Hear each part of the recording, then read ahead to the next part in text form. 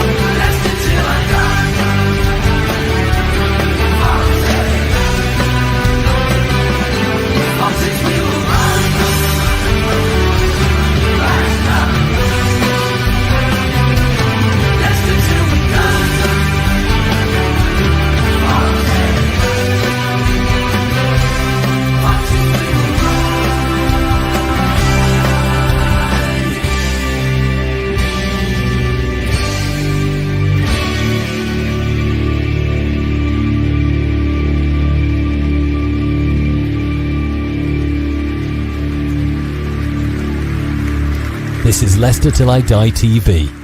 Watch and subscribe on YouTube and listen on your podcast platform. Good evening, everybody. How are you all? We've got the Rainbow presenter with us in the chat. I don't know if Brad's with us. I think Jess is there giving him a blowjob. That's why he's not on camera. Are you there, Brad? I am here, don't worry. I'm so blinded by Steve's shirt that I'm covering my eyes and I just can't see the mouse button to click on the camera. It's hurting my eyes. Oh, you must be blind, mate, if you think it's a shirt when it's actually just a Exactly, fleece. it's so blinding in colour that it's blinded me to what it is. It's just so... Yeah, that's on camera, Brad. Yeah, all right, I'll sort it out in a minute. I don't know why I have him on. Do you know what I mean? That's the question. Because he brings the comedy value to it. That's what he does. Does he? Well, look, you got to give him something. Look, I'm on day release. This is why you have me on. We all know that's really what happens. I get an hour and a half where Chris is paid to give me screen time. Oh, I give you fucking screen time and you're not on it. That's how I make sure you don't get paid. How else am I supposed to con you out of it? Well, I tell you what, I'll talk to Steve. I'll bring you in when you come on camera. Hi to Clibo. Hi We don't need to see that, Chris. We don't need to see him come on camera. No, thank you. Well, I did say what Jess is doing, didn't I? And now here we go. Hang on. Okay, no, I didn't go. Steve, you've been off for a while. You kind of fell out of love with football, and I understand that. He's not that useful, Craig, I'll tell you. Are you glad you've come back? I mean, you went to the match. It was only up the road, obviously. I mean, was it worth coming back for? Yes. Look, I'll be honest. After the Tuesday Southampton game, I just needed to take a week away from anything Leicester related. I was at that point where I was like, I just don't want to talk about it. I'm fed up, and I need to. So yeah, I spent a few days away. Me and my wife went and did some shopping on the Saturday of the FA Cup game, which was quite nice. And then came back in, went to the game on Saturday, and I'll be honest, within 3 minutes it was being 1-0 down. I was a bit like, fucking hell, why am I even here? But second half was much better. And look, if you hear a lot of, like Gary Rowetts said it, and a lot of the fans that went, it was probably the best atmosphere in an away game that I've seen all season. It was, everyone was bouncing, everyone was loud and supporting the lads, and it helps having a loud voice because I started a few of those chants myself. So, I have never been able to start a chant at a match. I'm much too shy and retiring. When Brad's on camera, we will bring him in. Look, 2-2, and we'll go through it in a minute. We've got the highlights, just the short highlights, and we've got the manager's review as well. I'm trying to sort of not go ahead of myself here, but is Rowett the right? I mean, I know we've only seen one game. Is he the right man to take us forward? I think second half you can see that he went in there and kicked some arse, to be honest, because the team that came out in the second half was completely different, as in mentality wise and pressure on the ball and all that sort of stuff compared to the first half. So I think it's too soon to say. Realistically, should have been in 3 weeks prior to that. Probably the next day after Cifuentes got sacked. You go to him and you say, "Look, come in." But by all accounts, they interviewed 6 other people. They spoke to Russell Martin twice. And ended up coming back to. I think they were looking at getting Enzo in as well, which wasn't going to happen. And then went back to Gary Rowett at the last minute. So look, he's here now. You've got to back him. The second half was a much more improved performance for sure. And we just got to hope that we keep picking up points here and there. We've got a very difficult couple of games coming up, but I've just got to hope that, because I'm there tomorrow. I'm taking the day off work to go up to Middlesbrough. To back the lads, and hopefully we come out with a performance. But I'm not entirely sure. But at the moment, I'd say he's the right man at this moment in time. I mean, Brad, we know how crap this club is at sorting things out. Yeah. And if we go down by, if we get relegated by anything from 3 to 9 points, then that is on the fucking club. Because if they'd got their finger out, or let me put it this way, if John Rudkin had got his finger out of Top's arse and they'd sorted something out, we would maybe have got him in and maybe not have lost those games. We may not have won them. We don't know. We may have got draws like we did at this one. So, I will be fucking fuming if that's the case. I get where you're coming from, but I suppose technically I still blame the board either way. But I don't blame it on that. I blame it on hiring a manager that made Puel look like he played exciting football at King Power. His dog water football and a lot of these players' attitude to this club are the bigger reason on it, because we could sit here and say what we like about Cifuentes. It'd be a long show, and it'd be pretty much taken down after about 30 minutes, if that. But at the end of the day, you look at our squad, Chris, they have to shoulder the blame for the position we're in, because 6 points go down on. I can't see that being the case. It will come down to the fact that we'll probably stay up by 3 or 4 points and go, oh, well, if we'd have had them 6 points, we'd have been 14th, and it won't be much. I can just see that being the sort of thing that happens. But if we go down, we deserve to go down for 2 reasons. A, minus 6 points is nothing, first of all. I don't know why we're fighting it. We should take it and go. No, it is nothing, Chris. The first 2 games of the season are over. I agree with that. It was the why we fighting it thing. I fucking agree with you. Yeah, I know, but it's madness. Take your punishment and run it. It's like getting after school detention and trying to appeal it, knowing there's a good chance you're going to get excluded from school. It's ridiculous. I don't know why. But my point is, Chris, if Leicester, given the squad they've got, get relegated, and again, you look at the board and say, well, why couldn't they help get rid of the players? Maybe, I don't know. But you look at that team and go, you shouldn't even be in this position. We said this before it even came into place and before that horrid run where we didn't get a single point over the last 6 or 7 games under Marty, where we said a 6-point deduction should see Leicester going from 6th to 10th, not fucking 14th to 21st or wherever it is that's got us in the relegation zone. It's actually embarrassment on the players, and it is mainly down to them to sort it out. Then it's on the onus of the ownerships to sort out the rest of it. Yeah. I mean, Steve, on those couple of points that Brad raised, I think we're fighting the points. Whether we would have done or not, I don't know. Maybe they were waiting to see whether the Premier League was going to come in, which obviously they did in the end. And I don't want to make this show about that because we've done a show on that.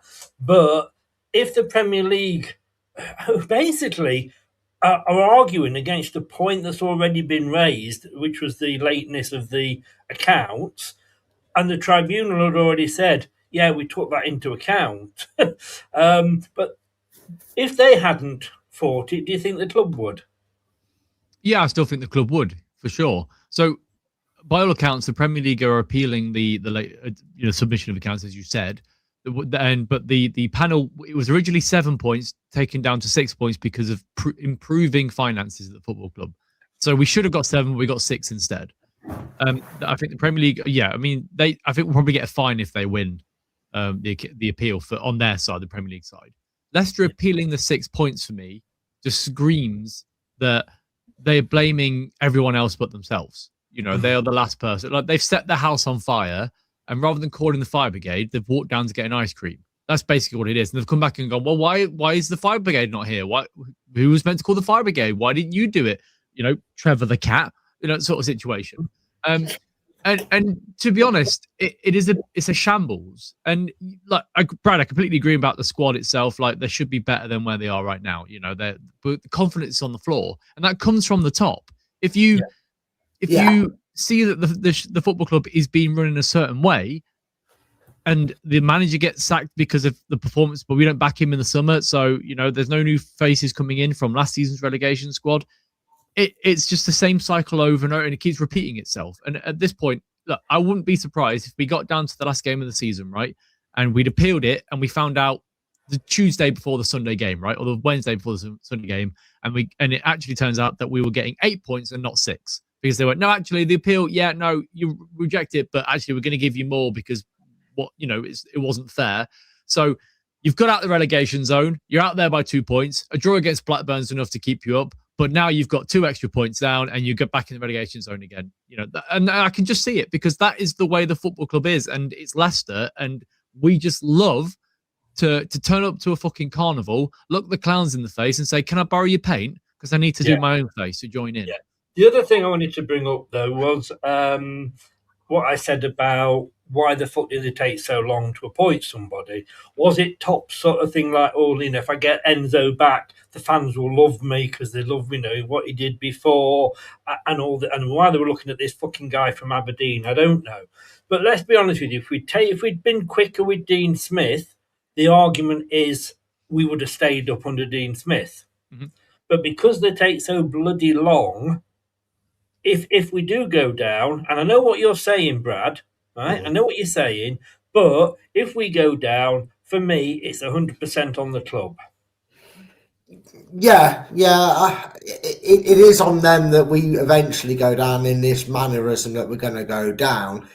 And the only thing I can kind of counter to what Steve said is when Everton and Notts Forest appealed, it was shut down or responded to within a few weeks. I can't see it, an appeal dragging out until... It would just be Leicester-esque for it to happen, but I can't see it being that way, because Forest were told, piss off, you're getting deduction points, and Everton were... The Premier League have come out, obviously they're working for them and the EFL, they have come out and said they want a quick resolution to this, but they've got a very good point, Steve, that had we actually been asked to get our details in on time, we would have known about this probably before Christmas. Well, I mean, if we hadn't moved our accounting period, we would have got it last year. But because we moved it by the extra month, it moved it into this season, which is another situation where if you'd have taken it last year, it wouldn't have mattered. You missed out, what, £2.5 million from the Premier League because you're finishing 19th. 19th instead of 18th. We got relegated anyway, so it doesn't really matter. But it's. But no, this set of figures that we're looking at now is past that season. It was the next lot that we sent in late. And I'm going to be careful what I say here, because I was told this by a very good source, and I was told it on the channel, but then I got a very much a questionable email of somebody telling me to be careful what I said. But what I was told by one football financial expert was that a certain CEO sat with the documents on the desk and didn't send them off on time, delaying it. Well, I mean, that's just incompetence of the highest order. It's as simple as that. If you don't submit your accounts, which is the easiest thing to do in business at this point, you have a set day every year almost. Well, unless you move the goalpost, but you have a set day to get your accounts in. If you haven't done that, then that's on the club. And, as Roller said, that could have been a reason why Susan left. But, we know a lot more than that. It wasn't just because that wasn't the only reason, that's for sure. But just I the don't think, whole I running of don't the think football. anybody's mentioned her name as being the person involved. No, no, And no. please don't, because we don't know. Oh, No. sorry, I'm sorry. I feel like I've had a sense of deja vu here, guys. I don't think it was to do with the finance of the club, but it was to do with something. Haven't we had this before, where paperwork was like 10, 11, 12, or 14 seconds late? We seem to have a real problem with sending paperwork in at the right time. You can't tell me that there's parallels between certain seasons and this. Oh, I'm not making such an accusation. See, we would never. No, but on that, just that you talked about like players and stuff out of contract, etc. But like I've been saying since September that the parallels between the first season we got relegated in this season are off the chart, and it seems to be happening again. I genuinely think we're going to get relegated. I really do. Well, I think from because I'm in a championship chat like you guys, we're all in different chats. And looking at it, I mean, even Blackburn got the bloody win at the weekend, didn't they? Yeah, it looks like us and West Brom, and I'm saying to West Brom, whatever you do, please don't sack your bloody manager. Yeah, he's doing a great job keeping there. Keep him there till the end of the season. And he says, and I think it could be between us and them. But we'll see. We'll see. Right, let's move on to this game. And I'm afraid we're going to have to do this, guys. We're going to have a look at the highlights. Oh well. Well, it's not too bad this week, is it? It's not too bad. I've just got to find the right bit that I'm going to use. There we go. And let's have a look at it. It's only a couple of minutes. Don't kick me out. I'm going off camera Cresswell for a reason. On to Thomas. Cresswell delivers. It's a good-looking delivery. It's an early goal. And Ben Wilmot's steaming in. But he is one of a few Stoke City players ready to receive this. But it is well headed clear by Akoli. The shot takes a deflection and forces Begovic into action. Monga. And a much brighter start to the half for Leicester as the cross goes straight in, and Leicester have the equaliser. It comes on the back of a really good spell for them. But he's given it to Malvedini, and it could bounce awkwardly here for Stoke. Mikasa back heels to Winks. Oh, brilliant! Harry Winks gives Leicester the leads. It was set to him beautifully. Obviously memorably against Southampton. Thomas gets a decent looking delivery, and there is a Stoke City equaliser. It's Wilmot again. And at a time when Leicester looked to be comfortably seeing out the game, Stoke City responds. Wilmot with his second. Well, Simpkin overworked in the closing stages. There may still be more for him. The header from Thomas. I can't believe it. It stayed out. Well, that is unbelievable. But this was the moment that Leicester City should have won it. Oh, he's got to score here. He has to score. The ball in is a beauty. I mean, look, let's talk about the 4 goals. I wasn't watching it. I was actually seeing my granddaughter on Saturday, and I decided that was more enjoyable than sitting and watching what I thought was going to be a loss, especially when I looked at the team that had been picked. We will come on to that later. But let me just turn the volume of this down. Brad, talk me through that. Unfortunately, you're going to have 1 Leicester goal each, but you're also going to have 1 Stoke goal each. So talk me through this first goal, Brad. Comes back out here to Cresswell. Oh, this goal is just summing up Leicester's defensive woes at the moment. It is a goal we have seen so many times before, and not to really put a dampener even on it more, it's a goal that we saw Middlesbrough score in the reverse fixture at home earlier in the season, where they launched the ball into the box late on, corner of the edge of the 6-yard box, free header, and that's what they got. Teams know Leicester are the anti-Arsenal. They can't defend set pieces. They can't defend balls into the box. We've got 6 foot plus lampposts in there, and we still can't get the ball clear. It is so infuriating, but I'm very, very glad. I mean, seeing a problem and fixing it is two different things. But I listened to Gary Rowett's post-match. At least he kind of wide-eyed.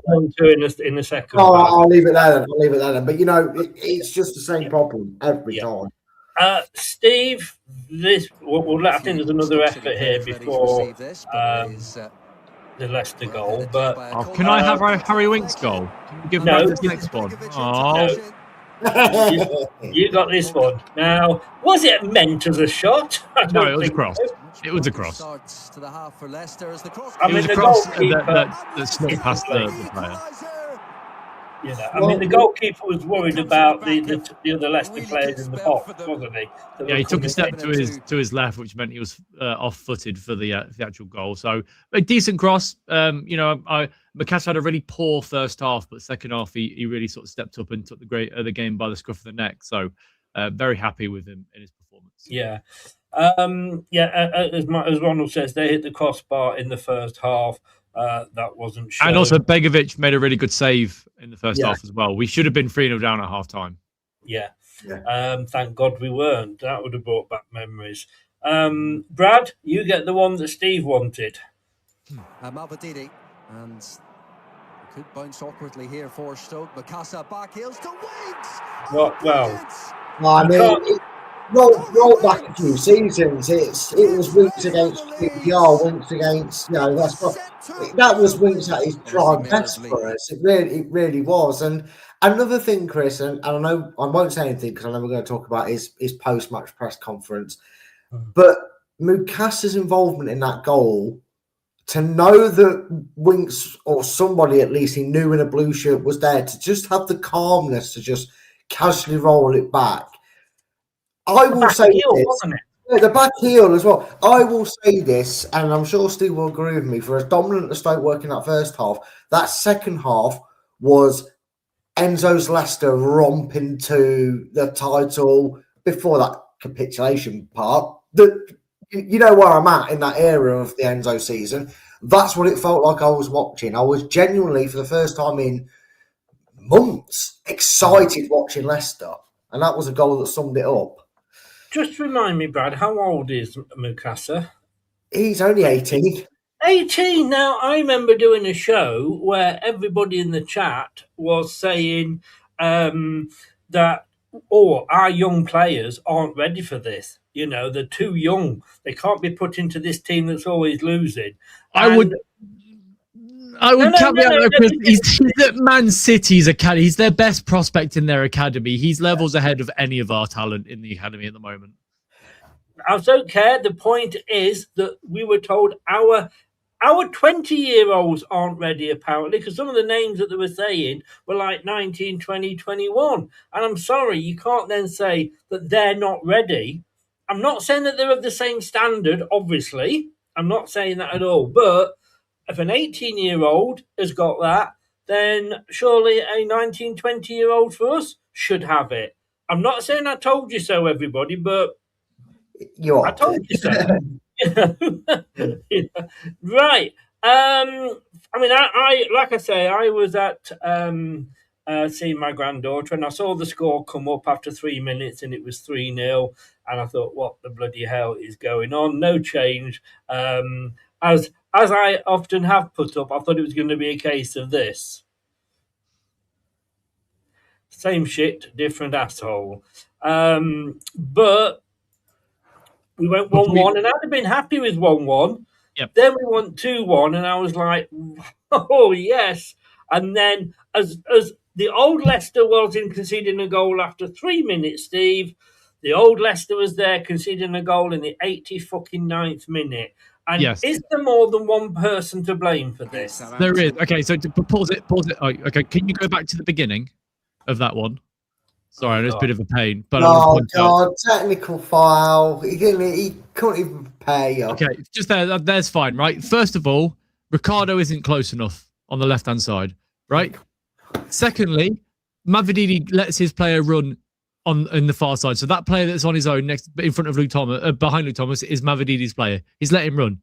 That's a centre-back that up there at that point, right? Ben Wilmot, he's a centre back. He shouldn't be up there on his own.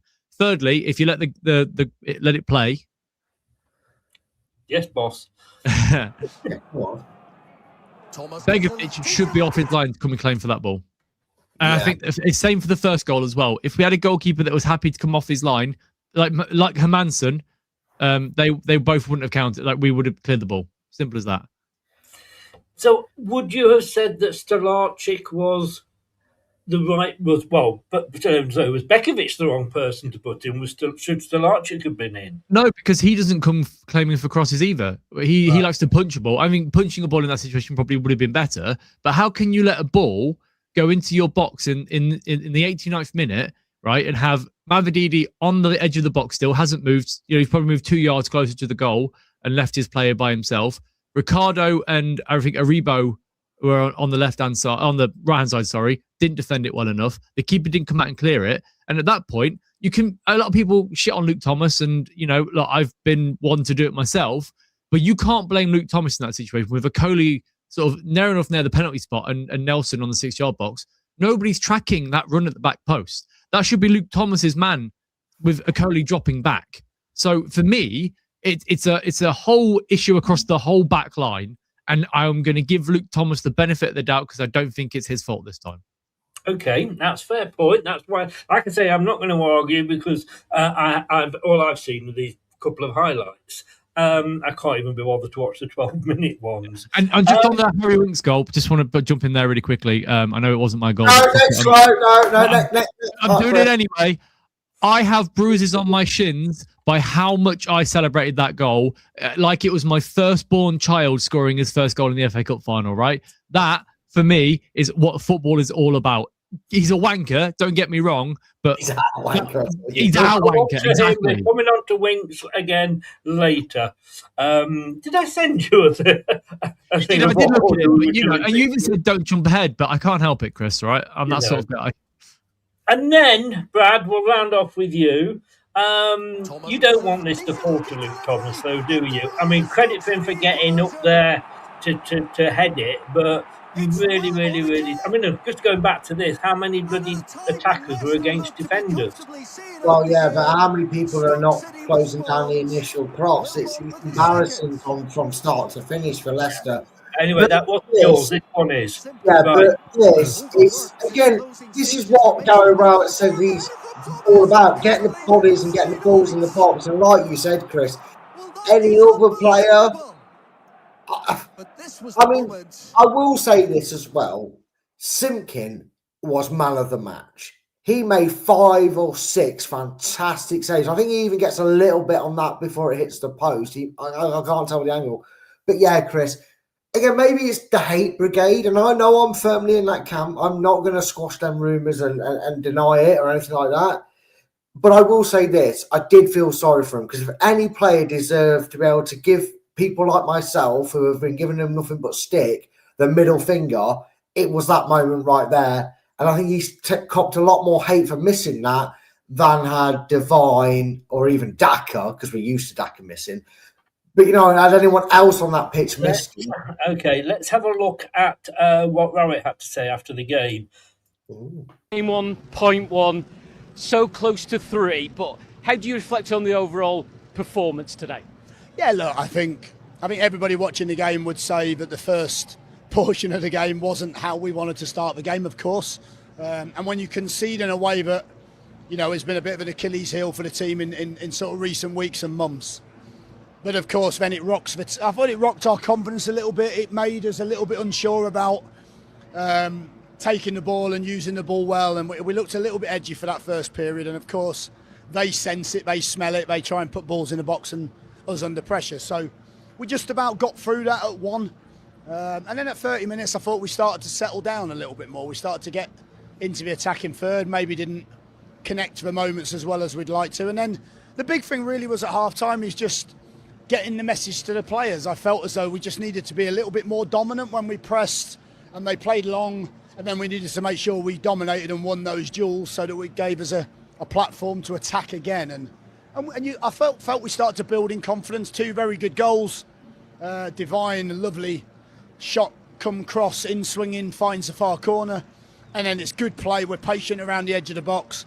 Winksy steps forward and finishes off. And actually, at that moment, really, there was probably one moment, and the one moment they ended up scoring with, which I think is the way the team has gone in recent weeks. So, and like I said, that situation, I suppose you have a choice. You have a choice as a team. You have a choice to do maybe what you did against Southampton, which is drop in or inadvertently drop in, play with a bit of fear, let them put us under pressure for 10, 15 minutes. But actually, we went the other way and we actually created 4 amazing chances. I'm still stood here now wondering how we haven't won the game. To hit the woodwork twice in the last 30 seconds feels like something none of us have seen. And maybe just sums up that recent form, but it feels like those are the things that might start to turn. Absolutely. I think if we carry on playing like we did second half, it will turn. And you could see the players at the end, the lads are devastated, they haven't won the game. And yes, you want them to feel that, but you also want them to feel actually we've done a lot of things quite well and certainly a lot better. You know, and like you say, we've hit the woodwork twice, but we've also had Steffi's had a really, really good opportunity. Joe Aribo has a really good opportunity when he arrives. And I think Luke's is probably the best of them all. And I'm sure when he watches it back, he'd be disappointed that he hasn't scored that with a free header. So, but yeah, a lot of things to like. The things that I know we've got to work on probably came out in this game anyway, so it's not really a surprise. And I think until we get 3, 4, 5 players back to give us those options squad-wise off the bench in different games, it's very hard to change that in certain ways. So, yeah, certainly take the positives out of it. And there was a lot to like about the second half. You mentioned there Divine Mikasa, a teenager, but a really mature performance, I felt, and will be a key player to this squad. Yeah, I thought he struggled a bit first half. Divine, we know what quality he's got. We know he's such a lovely player. And I felt first half just a couple of times he was trying to do things first time and maybe be a little bit too intricate, which I think was difficult. I think the pitch was a little bit sticky to do that. Started to take control of the game second half, started to wriggle out of things, take a little bit of contact, find himself facing forward. And if he does that, we know we've got wingers, the likes of Steffi, the likes of Abdul, Jeremy, that can make those little runs in behind fullbacks to hurt them. And he certainly connected really well with Steffi's second half. And yeah, he's a very good player. Like you say, you look at him, you don't really feel like he's 18. He feels like he's older. He plays with a bit more maturity than that. Such a quick turnaround, as you know, in the Championship.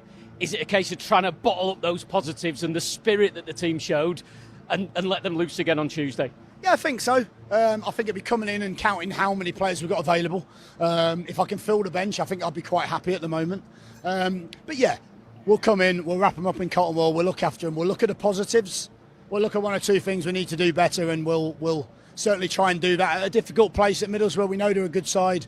We know they're playing incredibly well at the moment. But we're a good side when we play like we did second half, so we've got nothing to fear.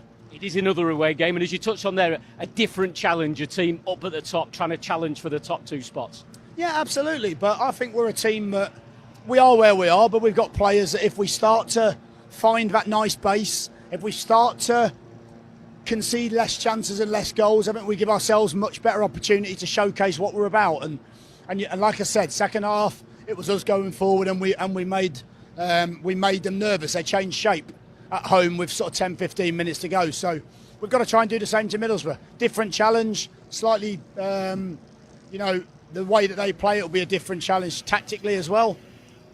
But it's the same mentality going up there. Guys, I mean, what did you think of what he had to say? There was a lot of it, wasn't there? Bloody hell. Look, he came out and he was honest. I think that's important. He pointed out the first half wasn't good enough and we were better in the second half. He pointed out the fact that we had 4 or 5 chances in the last 10 minutes to win the game. You know, Steffi's chance, he should have buried that. Aribo hit it at the goal. If he scuffed it, it would have gone in either side of the goalkeeper. Why did he hit it? I don't know why Daka jumped over it. Thomas, I think he must have closed his eyes when he went for the header. But he's honest. You know, we've seen Marty say stuff in the past. You know, a draw isn't good enough, but right now, I think that was a decent result. A lot of people say, is it 2 points lost or is it a point gained? And for me, right now, as I'm sat here, it's a point gained. Brad, Stoke haven't beaten us this season, though. No, not. And there won't be many teams that were able to say that too. And Scott's just pretty much taken what I was going to say as a starting point. His enthusiasm in an interview and like Stephen said, his honesty And there was one point in that I really did like. He didn't shy away from the Southampton game. He brought that up as a prime example. He goes, you were going to see one or two things. You are going to see that their mentality was weak and they were going to crumble like they did, or they were going to show you. He was basically saying, they're going to show you that my words have sunk in and they're on board with my plan already, and they're going to keep fighting to the end. And that's what we got. It was obviously disappointing that we conceded the late equaliser, but I was very impressed with that interview, Chris. I really was. I'm excited to see. God, I'm excited for a Leicester game. What's wrong with that? What I will say, the biggest thing that I took away from the game is that, yes, when we conceded that goal in the second goal and we went to 2-2, a lot of the fans were like, shit, here we go again. But they were as soon as we kicked off, we were on the front foot. We had a shot within 10 seconds of us kicking off after the second goal. Yeah. We then piled on the pressure. A Leicester of 3 or 4 weeks ago would have crumbled entirely and probably scored an own goal to lose the game. Yeah. But, they're changing, which is great. Yeah. And it instantly showed Gary Rowett's style of play, didn't it? From what he did at Oxford and that. Get on the front foot, hit them harder. They score one, we'll get straight back in the game, sort of thing. And we could have, I can't believe I'm sat here saying it, Chris, but somehow we went to Stoke and we're gutted that we didn't get all 3 points. Yeah. So, Steve, forgetting the Andy King period, because he was just a caretaker, the difference between Cifuentes and Rowett, I mean, it was pretty much the same formation to start with. Was there an improvement? Was there something in there that said to you, well, you are going to the next match, but having sort of, had a bit of time off, was there something there that you looked at and went, actually, I think we might do this? Yes and no. I mean, look, the formation was the same. The tactics were basically the same. What I saw, though, was players actually giving a shit. And that will go a long way. I mean, I've said it, but, once you give this squad some confidence, I think they'll kick up the league, because we have very good players. They should be doing better than they actually are right now. We should be around mid-table, even with the points deduction. But because the club has no confidence, the fans, the ownership, the players, the manager, the coaching staff, the people that cut the grass, I think even they're doing a good job, but you wouldn't know because, they all look depressed as they're cutting the grass. But what I would take away from that game is that we didn't wilt. We carried on. We went front-footed, and that is not something I've seen this season. And that gives me confidence. I'm going to say, Brad, 1-0 down after 3 minutes. Look, there's the timeline of the match. Luke Thomas just added a booking to himself as well. Maybe wanted to get sent off. I don't know. Did you see the fight? He had a fight with the player on the sideline. So it was Thomas versus Thomas. It was a YouTube special. Yeah, but another thing is that happened, and within 5 seconds, Harry Winks, Oliver Skipp, and Ben Nelson were all in the fray, trying to like get involved. You haven't seen that in a while. There was a Thomas incident in the early part of the season where he had a fight with somebody. I didn't see anybody go over and help him at the time, but it seems like they're finally fighting. Yeah. And the handbags, by the way, by what I was saying. Brad, I mean, look, 3-0 down after 3 minutes. I thought, here we go again. Only Leicester could buy a really experienced defender as a centre-back, one that probably could be would definitely be a hell of a lot better captain than Ricardo. He'd look bad on the Titanic, wouldn't he? Saying something. And he's injured. I mean, what the fuck are we doing as a club? Well, story of our transfers. I mean, we loaned a player who played about 11 minutes for us last season in Odsonne Edouard. So did we expect to not get a player that was, I think, sums up the fragile finances that Leicester have? Because if Leicester were rolling in the relegation money and didn't have FFP and weren't facing charges and weren't up the proverbial without a paddle, we wouldn't have got Jamal Lascelles. We'd have gone and spent 20 million on a centre-back. We'd have gone and spent 20 million on a striker. We'd have done this, we'd have done that. When you dig in the basement for things, you normally find creepy stuff. But in football terms, you're hoping to find a gem which we've done in the past when Steve Walsh and that was at the club, and we were finding £400,000 worth of gem in League Two of France. And this regime, They weren't injured, were they? I mean, yeah, but that's my point. You can find them, but then sometimes you get, oh, I guess I'll take this, and that's what we kind of picked out. Steve, this is the club that went, yeah, we haven't got any strikers. We've got a striker training with us. We're not going to sign him because he's injured, and he may end up yet at Charlton. We don't know, but we'll sign a defender who's crocked. Well, he wasn't when we signed him, so Come on, I mean, how long was he with us before he got injured? I mean, it's either that injury was there. I mean, I'm almost, and I did this in one of the games the other week. It's like he's gone in for his medical, and Dr. Crippen, whoever it is there doing Leicester's medicals, turns around and says, "Oh, John, he's got this injury. We're not sure about this. Sign him up. It'll be cheaper. Come on, sign him up." And if he went in and Dr. Crippen had gone, "Yeah, do you know what? He passes with flying colours." Oh, no, we won't have him. We won't have him. But he wouldn't. If he was injured, he wouldn't have started his first game against Birmingham, and he wouldn't have come off the bench in the second game. I think that Chris, this isn't a dig, but I think you're trying to find a negative when we're trying to be positive. All right, he's injured, yes, but he's also a leader. It's my job. That's true. That's true. But he is also a leader. I think you're getting a lot more than just a football player at this time. And I think that he will be pivotal this season. But we've had Abdul injured. We've had Ayew, as much as he's crap, injured as well. There are players in this team that are picking up injuries, and we're at bare bones at the moment. But be honest, Okoli was called up to the Italian squad. He should be good enough at this level, but he's not. Nelson, he had a great year last year, and he looks like a shadow of the form. But then again, if you had Luke Thomas and Victor Christensen next year, and Okoli next year on the other side, you could be Beckenbauer and you still look like a dross footballer. So I just think that in this situation, look, there's 13 games left. I think Lascelles will probably play 7 of those games, and if we stay up because of those 7, I'm happy. I am here to, and I'll just reiterate this, that my job here is to play devil's advocate. If you were sat there going, God, wasn't this, a shit game, then I'd be going, yeah, but Luke Thomas was brilliant, wasn't he? Man of the match. You know what I'm saying? If I sit here and agree with everything you say, the show's over in 10 minutes. Oh, could it be? No. and 7 of those would be without Brad on camera.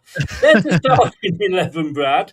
I must admit, when I saw that, the only good news was that Ayew was nowhere to be seen, even on the starting bench. Now, whether Rowett went up and kicked him on the shin himself to make sure that he wasn't fit or not, I don't know. If he did, props to Rowett for doing that. Your thoughts when you saw this starting lineup? No Aribo in there. No, who's the other guy we've got on loan that never even came on? Richards. I mean, it's a case of like we've loaned these players in and he's gone there. I mean, I did actually kind of say, in a way, this is like a bit of a free hit. Because if we'd gone and lost this, playing those players, I kind of probably wouldn't have gone as mad as if it was his 4th or 5th game. If he plays those players against Middlesbrough and we lose, I'm going to be saying, what the fuck are you doing, Rowett? Get out of my club. Because he'll have learned nothing. Yeah, Andy King whispering in his ear, going, "Oh, you know what? Ayew's fit. Bring him back on." And Ricardo's brilliant as a captain. He's the fastest player we've got at the club. He should always be playing. The problem is, Chris, when it comes to Ayew, is his only competition is Daka. When it could be Richards, and it should be. I don't care what Andy King thinks of him. He's a coach, not a manager, and he clearly stated that. If Richards has got raw pace to burn and has an eye for goal, then I would like to see Middlesbrough's team, and I won't be too fussed if he lines them up the same in terms of formation-wise. I know we say we want to change a bit, but you can tweak things without changing the formation, i.e. the high press and all that. And if we just maybe put Christensen back on instead of Luke Thomas. No, Christensen he's done. You I can don't see. know what to do. Well, I don't, but there you go. Your options are shit or shitter. It's true. But Christensen on Saturday, he was pulling out of challenges, and then when he went down injured, the fans were singing he's clearly given up. So I think he's done. I've got to say, Luke Thomas we're stuck with, but what I'm saying is we have got options. Where we've either loaned players in. We've got Daka. As much as there's a better option than AU, he still can't score, Steve. Where you've got Richards that is or was scoring for his parent club. You've got a Luco on the bench, and yet we were still starting. The only guy that plays football with a Zimmer frame, and that's Ricardo. We're looking at shit players here. Monga, who should never be allowed on the wing at all because he's not a winger. When I've seen him play, I used to get excited when Monga came on. Now I'm thinking, do we have to bring him on? When we've got better options on the bench, why are we still playing these? Oh, because it's Monga? Because he could be this starlet that could be going to Real Madrid? Why are we playing Ricardo? Or his experience? He doesn't even fucking shout as a captain. If this is the team that goes out, don't get me wrong, if this is the team that goes out against Middlesbrough and we win, fair play, Gary, fair play, I'll give you the credit. But if this is the team that goes out and we lose, and we could have lost this one, for the second game, then no. Because you should have been able to look at that and go, that first half was shit, and those guys aren't playing. So, in honesty, what we'll see tomorrow is we'll see the same goalkeeper, Luke Thomas and Aluko, because Ricardo can't play 2 games in a week, as we all know. It will still be Skip and Winks. It will be Monga, Mukasa, Mavididi, and Daka up front. That'll be the formation because we're down to bare bones. The only person I'd say is maybe you take Monga out and you put Bobby Reid in instead because he's back now. But other than that, I just can't see any difference. Because we are Richards, there are so many injured players and so many shit players. You drop Oliver Skip into left back, which we've seen him play before, and we bring a Rainbow into that central midfield role. Yeah, options. Richards. What about Richards? I don't know why he's not featured all that much. He didn't, but then in the games that he's come on, he's not really done anything. So, he could have been played on the wing, and he's not the winger. No, he is a winger. He is a winger. He even said himself he's a winger, but he can play up front. So we signed him as a winger. But then we signed him as a winger. We don't need him as a winger. Why don't we stick him up front? Because we're not exactly banging the goals in with our number 9s, are we? No, but I would say Daka was actually okay on Saturday. Like he chased down. He was. Sorry. But No. I'm not saying I want Daka to play, but if you see the goal that Wink scored, it was Daka that passed it to Mukasa, and then Wink scored from there. So look, you either have a striker that drops deep and doesn't get in the box, or you have a striker in the box that's at least in the box chasing down. I'd rather have a pressing striker than no striker whatsoever. Or you give a guy you got in on loan who can play as a striker and give him the opportunity. I wouldn't. I just don't think he's good. One, Chris, he can't do any worse, can he? Here's one for you then, right, Chris, because we know Jeremy Monga has played up front in the under-21s, right? How about you take Daka out, put Monga up front, and you put Richards out on the right? That you gave me the because of Daka, and you're saying put Monga up front, who has no physicality at all, and he holds onto the ball too much. He's not a chance. Oh, it's like Abdul up front then. You got to put someone else up front other than them two, because I'd rather have 10 men and no one up front than Daka, are you? I stand by. You had a decent second half. I'm sick of hearing it though. What I'm sick of hearing is, our striker, he held the ball and played a pass. He's a fucking striker. He's got fucking 2 goals in 3,792 games. I don't want our striker going, I made a pass though, lads, didn't I? I want our striker going, no, I've got 10 goals and 5 assists, lads. Can someone help me? No, I don't disagree, Brad, but at this point, we're up shit creek without a paddle. And unfortunately, like Chris said, though, that's what I'm saying. Why don't we try something we've not tried before? Because it will throw us off as well as the opposition. Just to say, we are up shit creek without the paddle, and at the moment we are trying to paddle with a fucking colander. Well, hey, Patton Daka is not a colander. He's a perfectly good paddler when he wants to be. He just flays around a bit. We haven't seen that since he's played in against Moscow. But look, that's what I'm saying. We've got to try something different.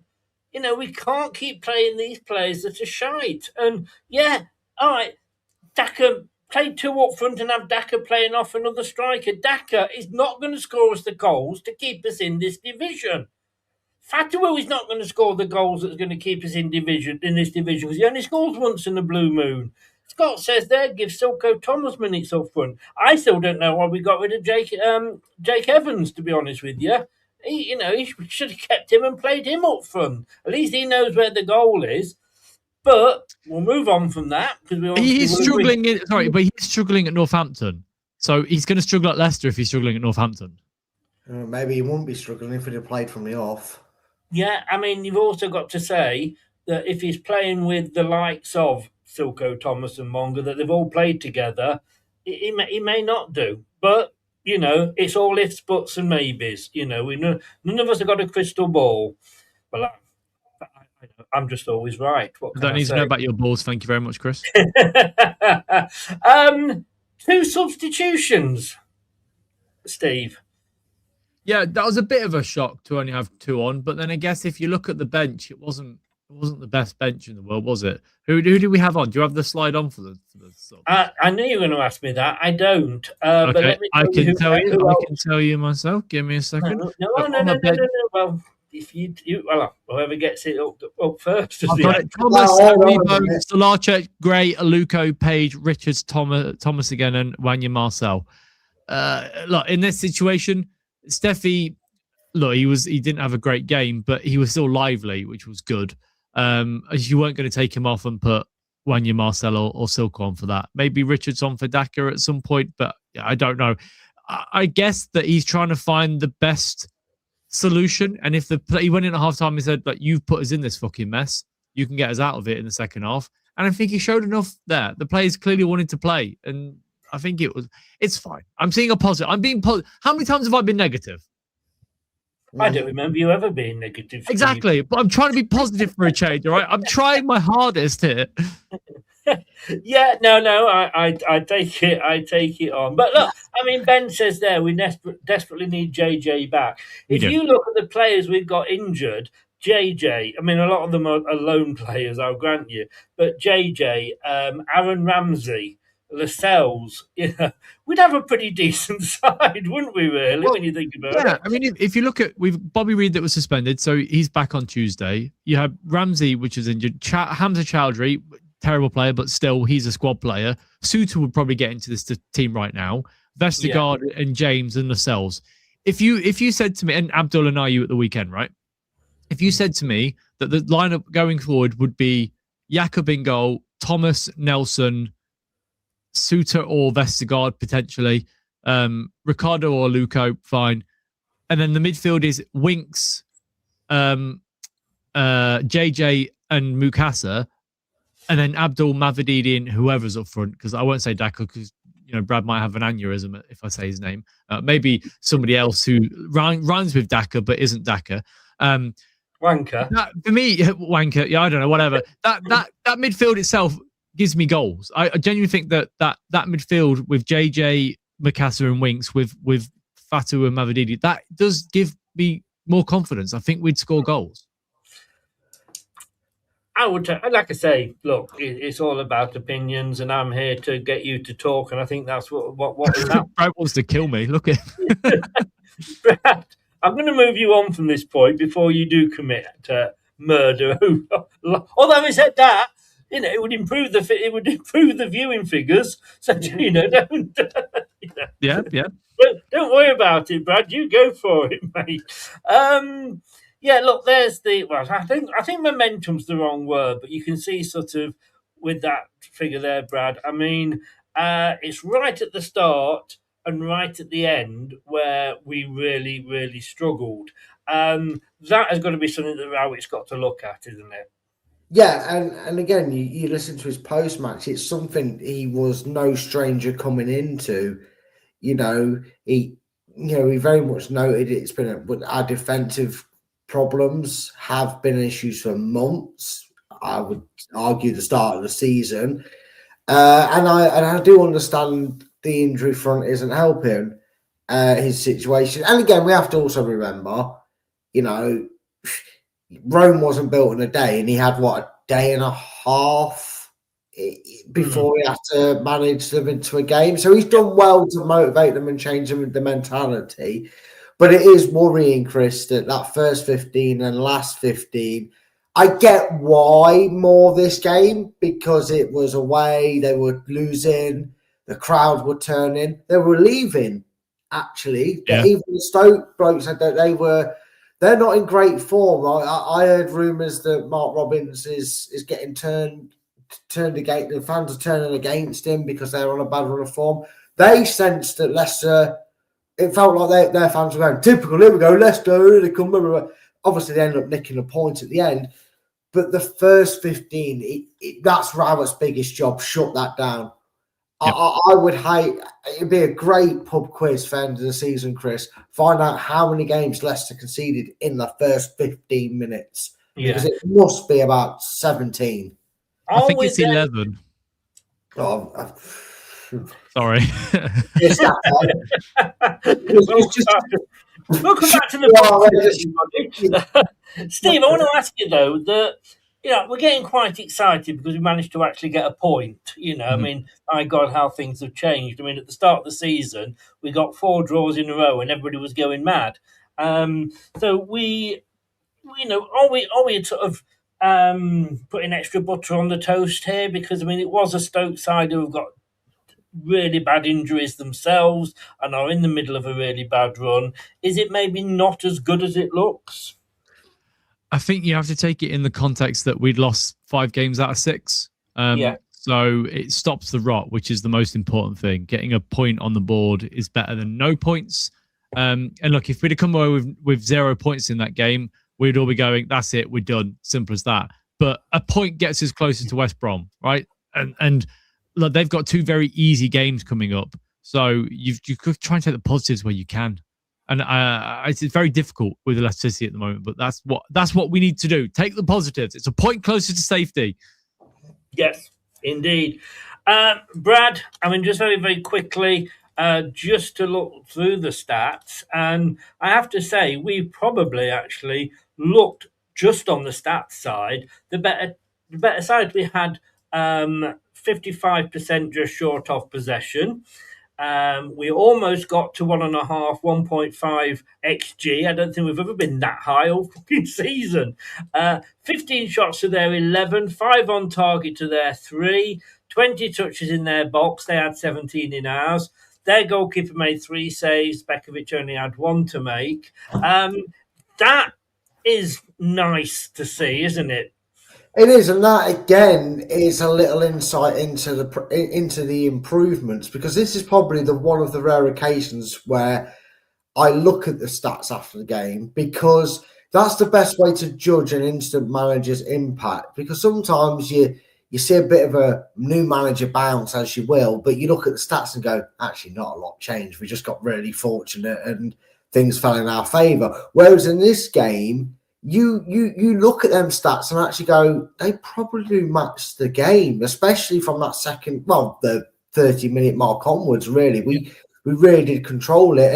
And that was it, Chris. I mean, it was still mistake-ridden, not just with the goals. In the middle of the park where there were loose passes. And yes, we played a Stoke team that were a little bit edgy and nervy like us as well. And they made passes. The key difference between Leicester and Stoke from minute 30 onwards was if we made a mistake, we were first to go in there and try and correct it and win the second, third ball. And if they made a mistake, we were the first ones to try and get on it, pounce on it and win the second, third ball. Stoke looked very fragile. I will give us a little glimmer of hope and make you curse your luck when you watch it. Middlesbrough failed to beat Oxford, and they failed to beat Oxford home and away this season, 1-1 and 0-0 at the weekend. If we've got a chance to ruffle their feathers, they don't seem to do well against teams near the bottom. So let's see what we can do. Let's see how it goes. That was a pleasing stat. Oh, Steve? Positive, Steve? Brad. Yes. Positive corner. Right, moving on, if I can get a word in. Right, I've saved this for you, Steve, because I want you to tell me your thoughts on this picture. It brings a tear to my eyes, to be honest with you, Chris. Look, I've said a lot of things about Harry Winks. I think that he has been a poor player at the football club for the last 18 months, nearly 2 years. We don't know the full story, so we don't know whether or not he was thrown on the bus or or he actually was okay and the managers didn't like him. We don't know until 10 years down the line. We'll get a book, right, and it will tell us all what happened, etc., etc. Look, there was a game against Preston, and he clearly was pulling out challenges because he didn't want to get injured at this point. And that was early on in the season because the transfer window was still open. Yeah. That's now closed. If we get Harry Winks of Saturday's second half for the rest of the season, I have no doubt we will stay up because on his day, he's still one of the better players in this league. He controls the game and he scored a valuable goal. And just look at the celebration. Like, look, if you didn't care, you wouldn't be running off to the fans celebrating like that in front of the fans. Yeah, and I mean, I was going to say, do you think that is genuine or do you think it's, Yeah, I do, because it's very difficult to fake that sort of reaction when you score a goal. Like sliding in front of the fans, kissing the badge was a bit much for me. I'm not going to lie. It doesn't change how I feel about him. But if we get 13 games of prime Harry Winks and he goes off in the summer, fine. I'm happy with that. Thank you very much, Harry. You've been a dickhead for most of your run, but you've put the effort in for the last sort of 6 months or so. But he's also playing for his future, for a different club. So he's got to put the effort in, right? No, I agree. And look, I before I come to Brad for the same question, on his thoughts on it, Harry Winks, we don't know what's gone on, and we like you say, until the book comes out, we won't know. It's the same with Edouard. We didn't really know what went on there at the time, and he's come out and said a few things now. I mean, he needs to learn how to slide on his knees. I think we can agree on that. Yeah. He needs to improve. That was Mahrez-esque, wasn't it? That slide. That was worse, if you ask me. That was horrible.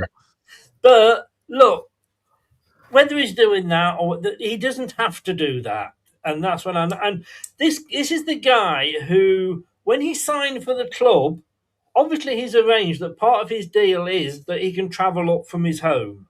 Yeah. So that's what he signed for, Brad. So that's not his fault. No. He might have said, "Well, I'm not sure about coming to Leicester. I'd prefer a club, quite possibly prefer a club down south, so I'm expecting a baby and all that." And the club might have said, "Yeah, well, just travel up. Travel up. Got motorways. Travel up." Is that his fault? No, it's not. And that's why for a while I actually sympathise with Harry Winks, especially under Ruud van Nistelrooy.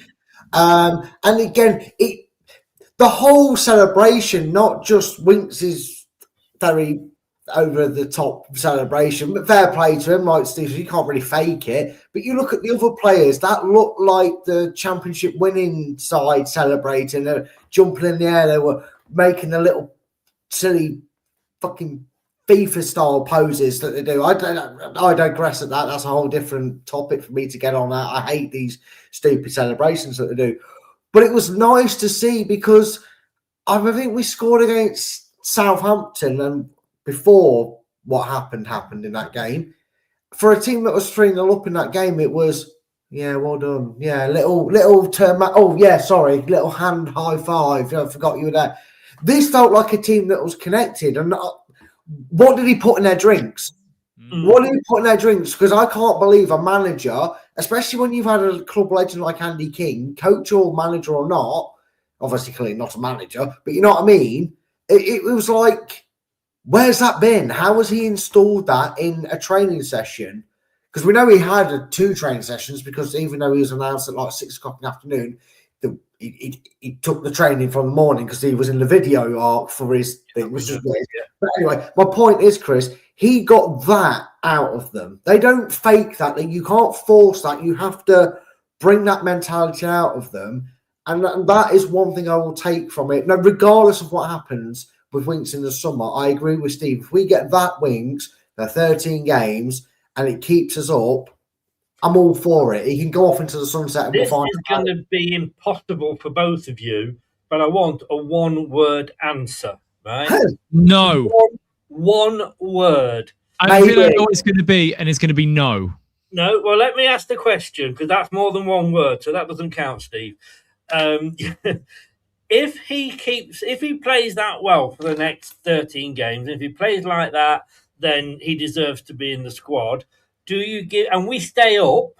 He is happy. He is happy to take. I've got a feeling I know what Steve's answer might be. There we go. That's better. And he's happy to take a pay cut. Do you give him a new contract? Yes or no, Brad?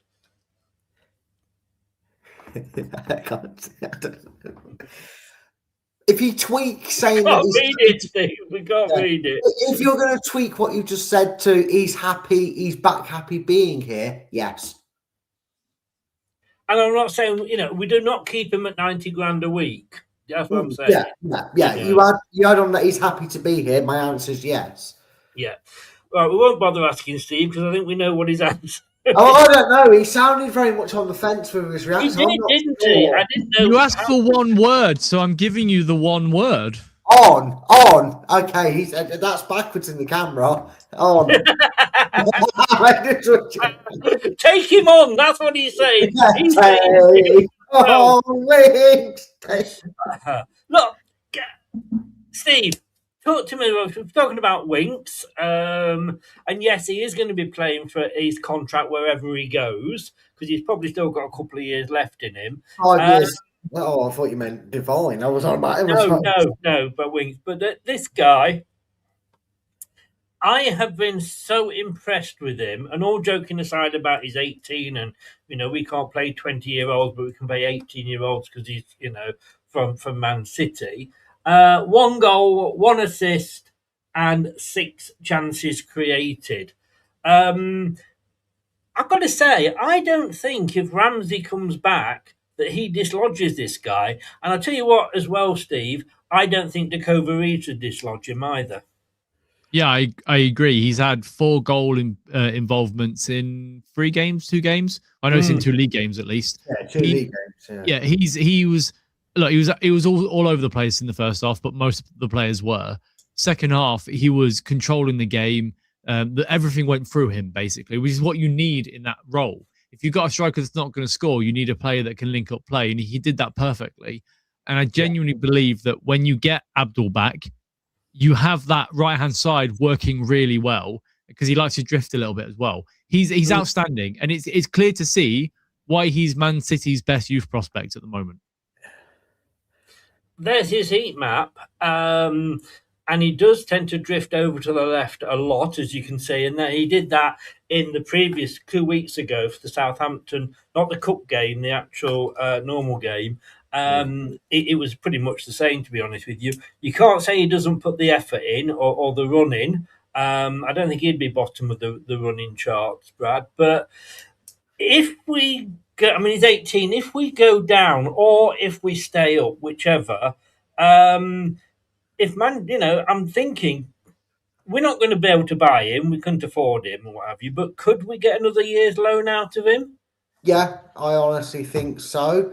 And look, I don't want to. Sorry, Steve's doing his colouring by numbers, I think. Oh, bless him. He's dot. Colouring my shirt in, you see. That explains the rest of the colours. I think we can. Yes. I think we can. We have to stay up, I feel, because you're basing him off 3 games here. I know, a cup game and 2 league games. But if this is anything to go off, he's not going to be loaned down a division lower than what he's in right now. Yes, he's not going to go into a Premier League side, maybe a promoted side, but then maybe he wants to build his confidence and he wants to. Man City will want him to go to a promotion pushing side next season, which could be us if we stay up and are allowed to rebuild properly. And he has obviously he'll already be here and have hopefully a memorable time here for his own personal game. That's yes. Yeah, I can see him coming here. Yeah, I just wanted to elongate Mr. One Word over here, who still didn't tell us whether he wanted Winks to sign or not. I can't remember. Sorry, I've just farted and my wife's like, I can smell that in here, you disgusting fucker. So that's why I was laughing. So This is why we don't have smelly vision, everybody. it's a good job. It is a good job. I mean, you haven't followed through at all, have you? No, luckily I know the difference. I'm not quite there yet. So I know we've all been there, haven't we? We've all been there. Okay, right. Let's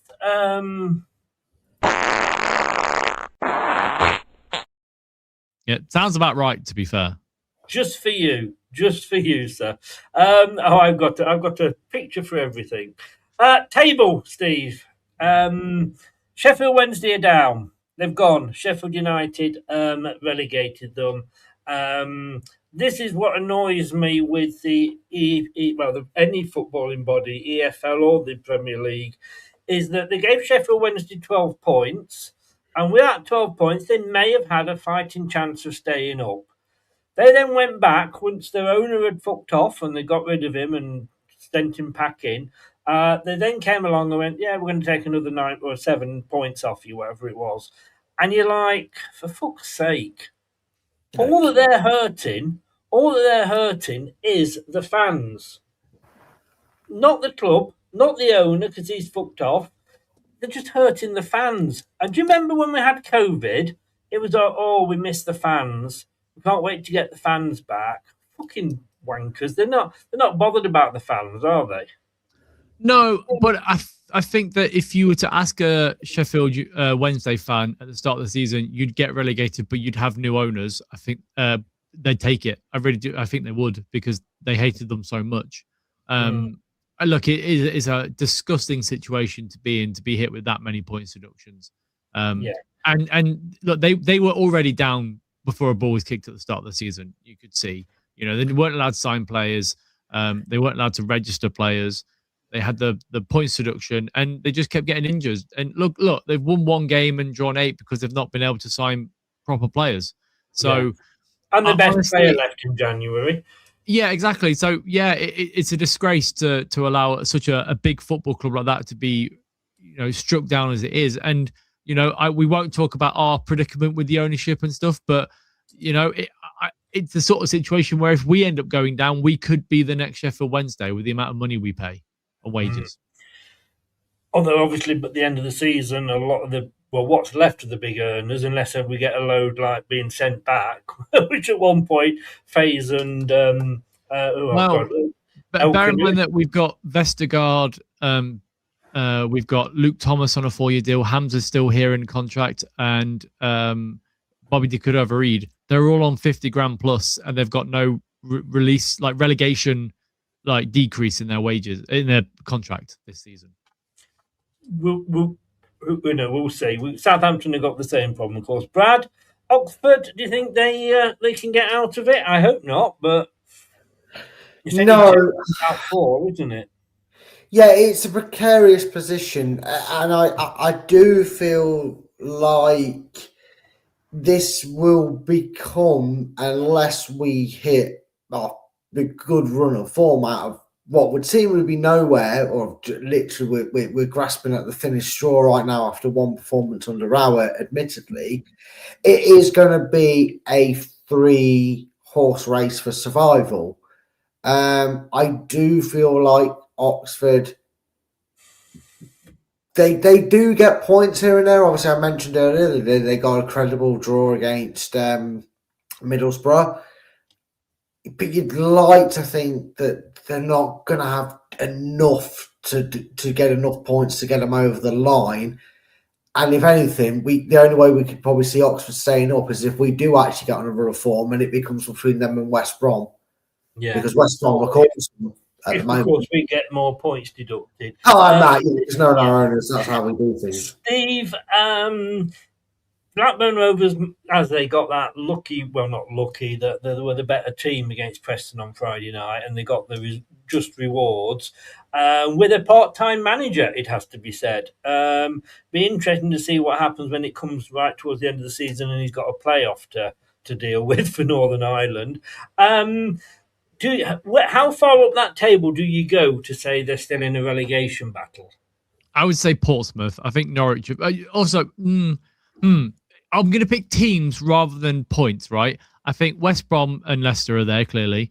Blackburn are still in it because that's only 5 points. I do think Portsmouth and I think Charlton are in that situation as well. I think you can probably say Norwich have enough to get out of it.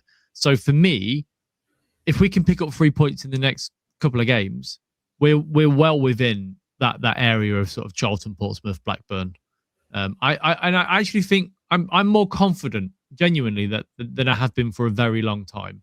And I've been quite down on this football club for a long time as well. But on the playing side of things, I think if we get a couple of players back and we snatch a win, even if we get a clean sheet, imagine getting a 0-0 draw at this point. I think we'd all lose our mind. Oh, calm down. I know. Like, kill me off. 27 games that we've not had a clean sheet now. That's insane. Like, that's a record as well. It's I tell you what, awful. if we keep a clean sheet, Prince Andrew better make sure he's not got a table booked at the Pizza Express for that weekend. Well, he's not Prince anymore, Chris. He's just Andrew Mountbatten Windsor. Thank you very much. Don't call him the Prince. This is true. This is true. The Prince formerly known as. I think Norwich are still in it, to be honest with you. They've only got the same number of points as Portsmouth. My worry is that Portsmouth have got a game in hand. That is the worry. Right, gentlemen. Let's go on to, of course, the bit of the show that we all love. We all love. We get to call Jordan Blackwell a load of swear words. And thank you to Steve for letting me have the link that you sent a few weeks ago. It is a big help. Right. So, player ratings. Now, Asmir Bekovic, Brad, you're on the left, so you're first. And I can't do this because I didn't see the game. Whilst I'm concerned of his lack of movement for definitely the second goal, he did make some saves that I don't think Jakub would potentially make. I'm going to give him a 6 because he kind of balanced it out with good and bad. Steve? 5 for me. He made a decent save in the first half, but I do think he can be also at fault for the goals. So 5. 5. Well, one of you is a football friend. He made as soon as you said it, I fucking knew. He made an excellent save to tip Creswell's deflected shot past the post, and he looked strong to punch reclaimed crosses delivered into his 6-yard box. Jordan gives him a 6, Brad. Do you know what? I'll take it, but that would have been so much funnier if after all that he gave him a 5. I just Ricardo, Brad. Ricardo, oh dear Christ. He's the first player that Gary Rowett needs to sit down, wheel him off into an old folks' home and leave him there. Said it once, said it again. I'm sorry, he doesn't close down. He makes desperate challenges that just about get away with, and he makes him look good when really he shouldn't have been sliding in at full stretch to get the tackle in the first place. Please, Rowett, play Aluko next week. 3. 3? Because he had a good volley, because he had a good shot that Simpkin had to say. That's the only reason he's getting a 3. Yeah. Well, funnily enough, Prashant agrees with you, but he agreed with Steve on Bekovic. Steve? Yeah, I'd say 3 as well. It wasn't his best game. I do think you need to play Aluko going forward because he's just not up to it anymore, unfortunately. Do you remember his best game? When was his last best game? Oh God, I think it would have been 2019, probably we're Stoke, probably ironically in the Premier League. He had City's best moment of the first half with a well-hit shot and moved the ball tidily in the second period as Rowett's side improved. He wasn't too troubled defensively either. He gets double points. If we add your twos together, he gets 6 off Jordan. Don't touch Strux, kids. 6? Fucking hell. Indeed. A Coley, Brad. he baffles me because sometimes he looks so assured, and the other times he looks like he doesn't know what the sport football is, let alone what to do with one. I will say the second half, not having them close him down, he looked a bit more assured with his passing. I'm going to give him a 5. A 5. My God, you're going way, way back there, Ben. Yeah, God, he is. Is that Europa Conference League? That would have been. I can't know, was that Champions League? I can't remember. No, PSV was Europa League or Europa Conference League. Coley, I don't think he was great. I think he was all over the place. There was a moment in the first half where we got the ball. Oh yeah, he's on record at the moment, Chris. He got the ball like from Begovic, and he just let it roll under his foot and went out to play for a throw in. And you're like, "What are you doing, mate?" I honestly, he's for somebody that was in the Italian national team. He is a dog shit footballer, right? And I've compared him to KSI with how he plays because he looks like such a gangly sort of mess on the ball. But could he be a judge on Britain's Got Talent? Probably, yeah. I mean, having listened to his interview with BBC Radio Leicester, he's got the charisma of KSI. That's a lie. He doesn't. KSI's got charisma compared to Okoli. He gets a 3. He was terrible, genuinely terrible. In Okoli's defence as well, though, Steve, you're talking about an Italian side that can't qualify for tournaments and lost to North Macedonia in a playoff. So there's not a lot going good. You cannot let that North Macedonia result. No, I never will, Chris. I never will. North Macedonia for the win. I was gutted when they lost. You weren't with us then, Steve, but Brad had got this thing about North Macedonia. It was 5,000 to 1. They were the Leicester of the Cup, all right? They should have gone through. Oh dear. Right, sir. Let it go. So a 5 and a 3, and the reason I'm messing up with the pictures is because fucking Jordan Blackwell's gone the other way across the pitch than I have. Now, sorry, I'm just seeing what Jordan's given him. He miscontrolled. It's going to be 7, isn't it? Oh no! Here comes an 8. But he did well after bailing out Nelson with a big block and then winning plenty of headers. He got a 7. My God. I've had to go off camera for no other reason than the rage on my face. You're throwing up in your waist. Yeah, I am. Oh, that's made me ill. Oh, dearie me. Ben Nelson, Brad. I'm a bit miffed with Ben Nelson because... Miffed? I know, I use words. I can't believe it. I don't even know if I know what it means. I'm just pretending to sound fancy. No, with Nelson, he's young, he's athletic. He gets around, well for a defender pushing the ball forward. Why is he not gone, that Wilmot? He seems to be dangerous in the box. Maybe I should be the one that tracks his run and deals with it. Maybe that should have been something that he puts his claim on. He just looks a little bit disjointed without Vestergaard or Lascelles next to him. I'm gonna have to give him I'm going to match them up because I think they're both as mare as each other. I'm going to give him a 5. You're going to give him a 5. Stephen. Fuck. I mean, I don't care what you want to do. No, Chris, I'm not Stephen. My legal name is Steve. Thank you very much. We've told you this several times. I've got Bradley and Stephen in today. Come on. No, it'd be funny if my name was Stephen, but it's not Stephen. I'm the same. My name is Bradley. Legally, it is Brad. It is not Bradley, but he does this to stir and wind us up. What? Steve? I think actually it might be his worst game in a Leicester shirt for me. He was poor. He was really bad. He was all over the place. His passing was terrible. He didn't track a couple of men, and for me, he needs to do better. He's meant to be a player that's stepping up and being a potential starter next season if he stays.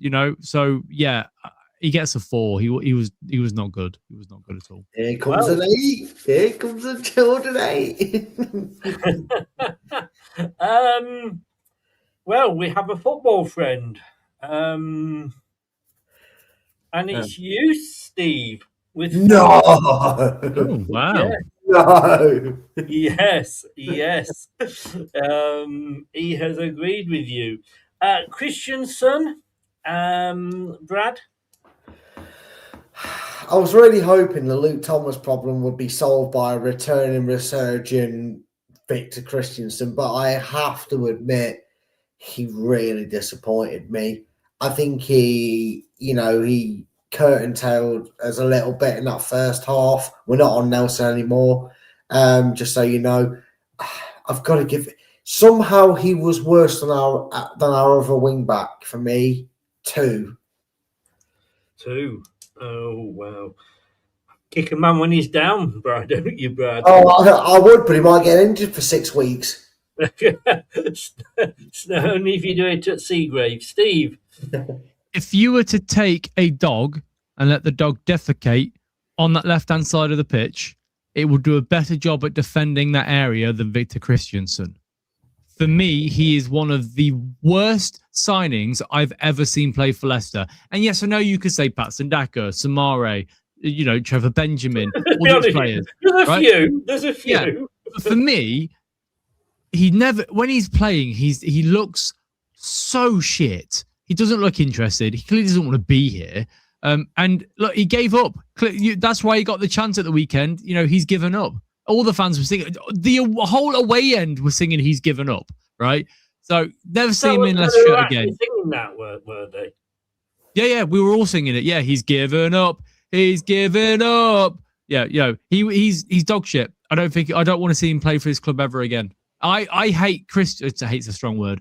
I dislike Christiansen more than Harry Winks. And look what Harry Winks has done. Well, there's no redemption.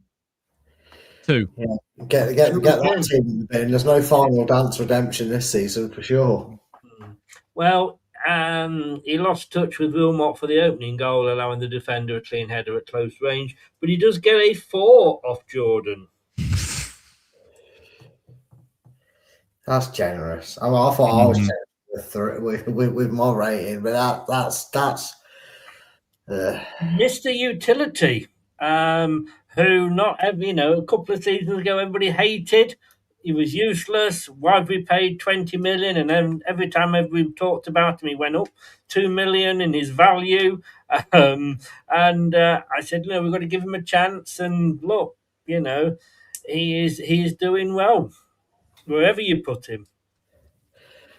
Yeah, I mean he is, and it was actually nice in a weird sort of, in the best sort of sense, that his performance was probably a little bit overshadowed by Winks, because it's about damn time that Winks, turned up for us. For the first time, just gone ahead, by the way. Oh yeah, yippee!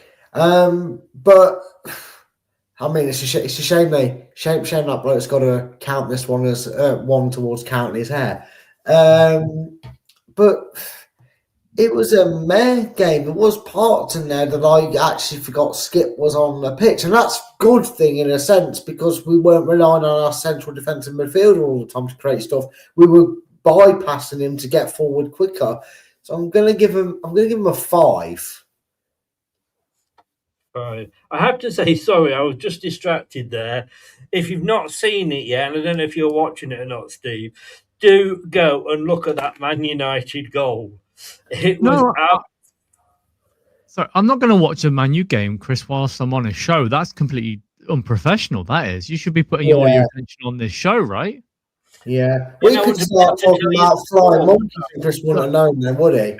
Accountability comes from the top, and clearly Chris just isn't always here. No. Yeah, but look, let me just say that I'm actually watching Sky Sports News to see if there's any news on Leicester City at all, and they've just pulled it up. So, yeah, all right. I heard that bullshit before. What news? When's your next holiday, Chris? Actually, not for a while. But at least when I'm not covering Leicester, it's because I'm on holiday, not because I'm having a cry in the corner. Anyway, Steve, they're the same thing. I'll be honest. If you're going to Spain in January, you might as well have a cry in the corner. February, actually, I stayed for the transfer window. Did you not go in January? No, 2nd of February, because I thought the transfer window would be over. And it Okay. bloody wasn't. Skip, Steve. He gets a 6 for one reason and one reason only. There was a moment in the second half where they broke through on goal, and Luke Thomas was dithering around about like he does, like a fucking little mini fruit fly around a dead banana. And Oliver Skip came out of nowhere and blocked the ball and put it out of play. Like, you know, he's showing commitment and effort, and actually he's been one of our better players this season. So 6 for me. And long live Oliver Skip. 6 for you. 5 for Brad. I don't know what they call this in poker. If it's a flush or something, he gets a 7 off Jordan. Straight. He was a straight. Thank you. I don't have any interest or play poker. Just the clear face of Brad. Straight. I was giving a poker face there. I was trying to blend in with as well. Straight. Yeah, if you ever see any emotion on Brad's face, it's either because North Macedonia win or he's having a fart like you did earlier. He was too slow to press out for the opening goal, but picked up after that. He made a big tackle early in the second half. But there you go. Oliver Skipper's got big tackle, everybody. Winks, Brad. I did not think I would say this season, but that was man of the match-esque performance. Worked hard, ran his socks off, good goal. I'm going to match his shirt number with an 8. Wow. Don't think I've been saying that, especially after, if you remember, the Carabao Cup debacle against Huddersfield, where he scored and basically looked like he was pissed off that he scored a goal for Leicester. This is going to be clipped. I'll tell you, this is going to be clipped. Steve. 8 as well. I think his game was really good. He got a goal. He wasn't sort of ducking challenges. I think we could be seeing the best of Harry Winks for the next few months, and I hope that's not clipped up and used against me after the next game. Oh, it is.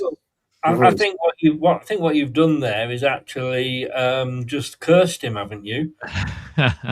No, I haven't. Shut up, Chris. No. Well, Football friend. 8 off Jordan as well. Full house. Well, I'd rather be in the same boat than be standing alone. In that one, it's fair enough. He was not in the game at all for the first half, but once he found the feet, he did too. Okie dokie. Mr. Monger, Brad. It's fizzled out, the hype of him now. It's got to have done. I mean, it's not a way I'd like to keep Monger at the club. I'd like to keep him because we were going back up. But, at least if we get relegated, no one's going to be interested in paying £15 million for him because he was meh. And minus a few hustle and bustles, he was beyond meh. 4. Steve. Yeah, 4. He was, honestly, like, I feel for the lad because I think he'd be better in a team that's flying in the league rather than a team in the relegation battle. But there was a moment in the second half where he got hold of the ball and we have Mikasa, Daka, and Mavididi all screaming for it in the middle of the park with 2 defenders. And what he did instead is he ran forward, then he turned around and passed it back and lost the ball. You're like, mate, come on. Like, they're all screaming at you for the ball. You can see the counter happening, and he just didn't. I don't think he's mature enough yet. And I guess he's only 16, so what do you expect? Yeah, that's true. That's true. Yeah. Well, you'll be pleased to know you got a 5 off Jordan. He was anonymous in the first half, which probably sums it up. Mukasa, number 29, Brad. Scored 1, assisted on 1, and had 6 chances. Honestly, how we've been able to con Man City into loaning him to us, to giving a state of our club and where we were in the league and where we are now, it's genius. Give Rudkin the keys to the city if he's done this. Because how have we got such a young talent? Obviously, I say that tongue in cheek without trying to throw. No, you don't. Because oh yeah, sorry, no, I've on that, clipped it. Yeah, everything you said very meant that. No, you've got his biggest fan next to you, of course. Yeah, of course. So he has got a signed shirt. Yeah. Again, up there with Winks.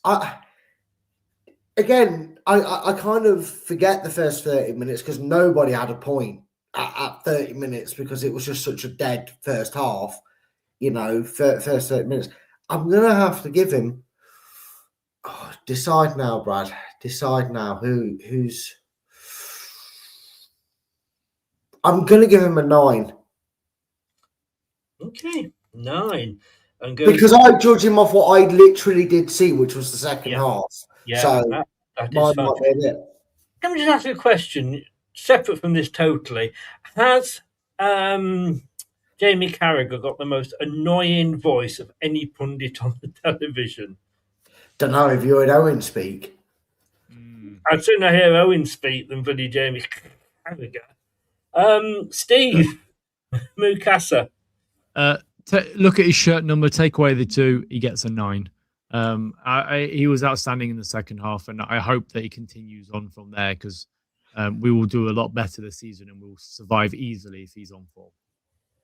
Well, I can't play it again because it wouldn't be fair, but football friends, a full house of 9s. Yeah. I'm saying that I'm getting more and more convinced with each passing week, Steve, that he watches us on this show, sees our ratings, takes down little notes of how to do his job properly because we're giving him a dummy's guide how to rate players.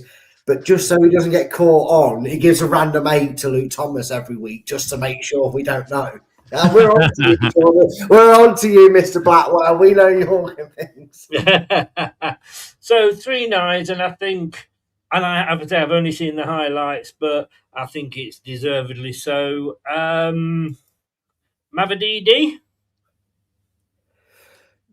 You saw glimpses of the old Mavididi, and if he can put that effort in with his cutting into the boxes and has a few more chances than he did, I think we can maybe see the confidence come back in Mavididi, and goals will follow that.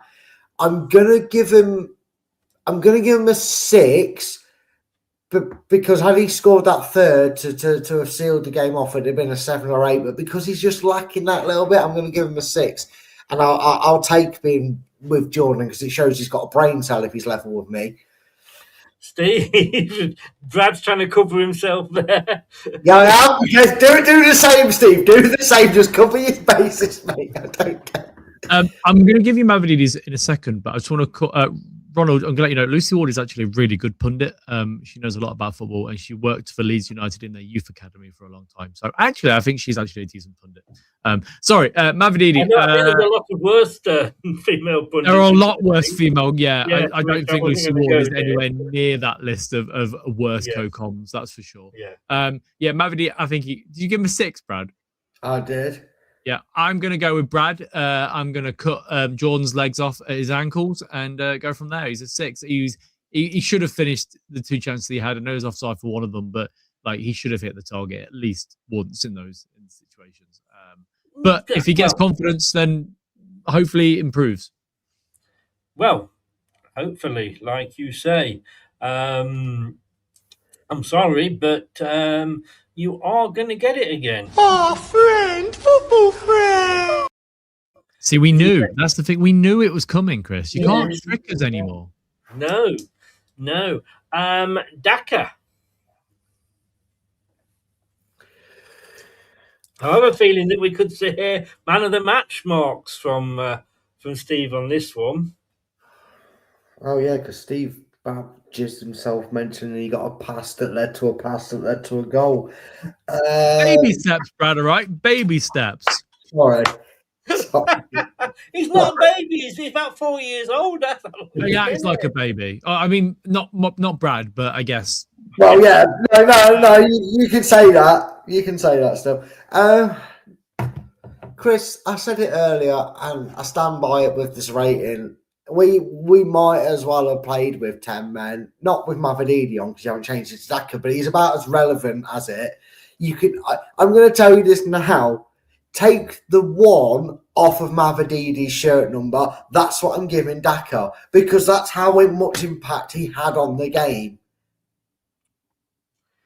Over to you, Steve. Fight. Do you think Daka was genuinely worse than Christensen? I reckon Daka was worse than everybody combined, put together, twofold. Brady, do you need a hug? No, I really don't. I can come give you one if you like. What I need is for you to understand that as bad as Christensen was, at least he did some of his job right by making a few interceptions and tackles. He was god-awful. There's a reason I gave him a 2. If I think he's worse, not Mavididi starting to change the Daka, by the way, folks, because Chris can't do one job, right? Just saying, right? It's still Mavididi, right? But if I think this guy is doing worse, remember I scored Victor Christensen a 2. I'm not going to give him 1 because that's too generous. Take the 2 off. Goodbye and God riddance. Now fuck off. Literally, the last 2 words, off and fuck, Daka. Go away. I'm going to go... Say, Steve, if I had a prize for comment of the show, Brad, do you need a hug? That would get it. I'll give you that. Please. I think that he wasn't as bad as Brad is saying. I will say when that. You're fucking wrong. But I give him a 4 because... fucking 4, Jordan! Who are you? The reason why is because... No, I'm not dealing with this laughable bullshit. No, I'm done. I'm on strike, Chris. See you later. 4. That's how many touches he had in the opposition box. He gets 4. Oh, congratulations. I think if we sent Begovic up for a corner, he'd have had more fucking touches in the box than Daka. Piss off, Jordan Blackwell's son. Have you finished, Brad? Yeah, I'm over it. I'm all right. I'm all right, Steve. I'm sorry, Steve. It's not your fault. It's just the adrenaline it got to me. Your opinion is wrong. There we go. That's what Brad wanted to say to you. Yeah. But I do wonder if we've got a bit of this syndrome with Steve. You don't know the answer to that question, and I think you are an ostrich. Yeah, and unfortunately for Steve, he's also one that got sand in his eyes, so he's half blind. Yeah, I thought you were going to say that Daka had Down syndrome. I was like, bloody hell, Chris, that's too far, isn't it? Bloody hell. There's levels, and let's not be too horrible to the Down syndrome. So I never said that at all. No, I never said you did. But I heard you say syndrome, and I was like, where are we going? Syndrome? I don't remember saying that. Oh, well, look, he got 5 off Jordan. Oh, you know what, Steve? I take it all back. Jordan Blackwell, get your eyes tested, you useless, absolute tool. If anyone pays £1 to see his ratings, they need £2 refunded. Steve is not bothered if Leicester lose, as long as he gets an agreement of Jordan Blackwell. Yeah. I tell you what, if you pay £1 for the fucking ratings, you deserve a tenner back to compensate. Luke Thomas, Brad. Let's have a go at somebody else. Well, it was better than Victor Christensen. And whilst I do agree with Steve, he did cop a lot of blame for the goal that wasn't entirely his fault that drops us a point. I'm going to give him the sensible rating that you can use that somebody gave to Daka for some stupid reason. And I'm going to give him a 4. Okay. Steve, there'll be a 10 incoming here from Steve now. Yeah, so how many touches in the opposition box did he have? He had a shot on target, which was more than pissing Daka. If you don't give him a fucking 10 after you've given him 4, there's going to be a fight. So if you were to drag a cow up and down that left-hand side and let it defecate all up the left-hand side, what is your obsession with that? It would be as useful as Luke Thomas, because you can use cow shit as manure, and that is quite helpful. No, Luke Thomas, I think he gets a lot of shit. Some of it correct, some of it probably over the top. I don't think he was awful at the weekend. He should have finished that chance he had, but I think he genuinely closed his eyes going for the ball. I give him a 5. I think he was okay. Yeah, the fact that you you nearly agreed with Jordan before. You do this time because he gives him a 5 as well. Yeah. Do Do you know what's funny? And I get where you're coming from his actual position and the job he's did, but the fact that you're giving one more rating to a guy who had more shots and more shots on target than our actual striker says it all about this club. I just don't have an agenda, Brad. I do it from a game-by-game basis. Yeah, I do. I don't have an agenda either. Dak was shit. There's mine. There it is. Oh, wow. We're getting a little bit... come on, guys. Spicy. Put your handbags away. Look, the viewer count was going down. Fight! Yeah, look, Chris, don't let them on. Don't let them know about it. But we rehearsed this beforehand. The viewership went up when I had a meltdown. It's all part of the plan. I tried to explain that to Jim, who's a great friend of the channel. He does the watch along. And I think he's only just beginning to understand that when I rant and disagree with what everybody's saying, it's big for a particular reason. Brad, the last one, Haribo Boo. I must admit, though, I do like his sweets. Hey. Well done. But it was actually decent. Came on, seemingly shored us up in midfield, followed the mantra. Steve, I can't tell if he's puzzled or if he's just seen his own jumper in a reflection. Again, could be a freeze, could be a jumper. I don't know. I'm gonna give him a 5. You know. Sorry, Steve. I don't know why tonight. I'm just throwing shade at you. I just think you're very spunky tonight, Brad, aren't you? Very spunky. If he was a female, I'd be going, yeah, is it that time? But then again, he has got a point about the top there. Steve? My top is lovely. And again, as I said to you at the start of the show, I don't care. It's what I like to wear. I actually think he was one of the worst players on the pitch when he was on there. I think that he didn't play great when he came on. He was all over the place with Ricardo on that right hand side, and actually, I think he's more at fault for the goal than Luke Thomas is. He didn't close down the cross quick enough. For me, he gets a 3, but yeah, I don't want to see that sort of performance. That's for sure, because he was not good enough. Jordan said in an unusual position on the right. He showed good strength to keep the ball. He actually got a 6 off Jordan Blackwell. Well, Jordan Blackwell's a fucking weirdo, isn't he? Let's be honest.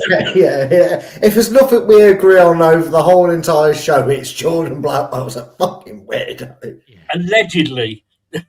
Oh, no, not allegedly, Chris. I'm saying it flat out. He's a weirdo. Yeah, I will stand by. We are not the words of LTID TV, but we are our own individuals. I'm going to say, please, everybody that's listening, please note that the views expressed by Brad and Steve on this channel are not necessarily those of LTID TV. They just happen to be correct.